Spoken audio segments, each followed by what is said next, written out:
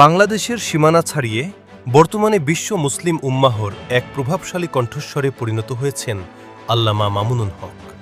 সম্প্রতি আন্তর্জাতিক অঙ্গনে তার আকাশচুম্বী গ্রহণযোগ্যতা নিয়ে এক বিস্ময়কর তথ্য সামনে এসেছে, যা নিয়ে দেশজুড়ে তোলপাড় চলছে।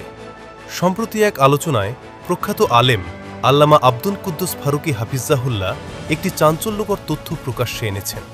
তার দেওয়া তথ্যমতে আফগানিস্তানের বর্তমান পররাষ্ট্রমন্ত্রী মোল্লা আমির খান মোত্তাকি বাংলাদেশের নন্দিত এই আলেম সম্পর্কে অত্যন্ত উচ্চবাচ্য করেছেন। আল্লামা আব্দুল কুদ্দুস ফারুকী সাহেবের উদ্ধৃতি দিয়ে জানানো হয়, আফগান পররাষ্ট্রমন্ত্রী মোত্তাকি বলেছেন, মাওলানা মামুনুল হকের মতো এমন প্রজ্ঞাবান ও সাহসী আলেম যদি আফগানিস্তানে যেতেন এবং তারা যদি বিষয়টি আগে থেকে জানতেন, তবে তাকে অভ্যর্থনা জানাতে কোনো ত্রুটি রাখা হতো না। আফগান সরকার তাকে রাষ্ট্রীয় প্রোটোকলে ৮টি বুলেট প্রুফ হেলিকপ্টারের বহর দিয়ে রাজকীয় সম্মাননা জানিয়ে নিয়ে আসত।